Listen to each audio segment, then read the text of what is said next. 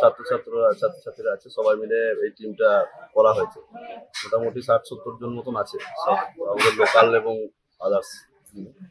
তো তারা তো পুজোর সময় উপভোগ করতে পারে না পুজোটা, তাই আমরা ভেবেছিলাম যে তাহলে কিভাবে পুজোটা উপভোগ করা যায়। তখন সবাই মিলে আমরা ঠিক করলাম যে তাহলে তার আগের অষ্টমীটাতে করা যাক। তাহলে সেই অনুযায়ী আমরা কাল থেকে শুরু করেছি, ষষ্ঠী পেরিয়েছে, আজ সপ্তমী, অষ্টমী নবমী দশমীতে আমাদের বিসর্জন হয়ে যাবে।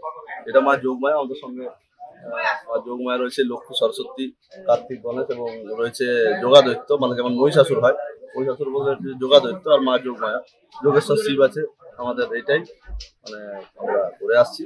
হ্যাঁ, এখানে একটা বিশেষত্ব যে এখানে কোনো ব্রাহ্মণ এসে পুজো করে না।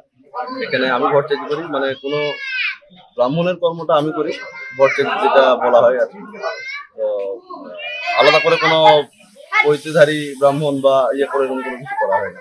আমরা নিজেরাই ছেলেরা তার প্রশিক্ষণ নিয়ে তাকে জেনে বই পড়ে যেটুকু মানে সঠিক মানে প্রসিডিওর সেটাই আমরা পালন করে থাকি।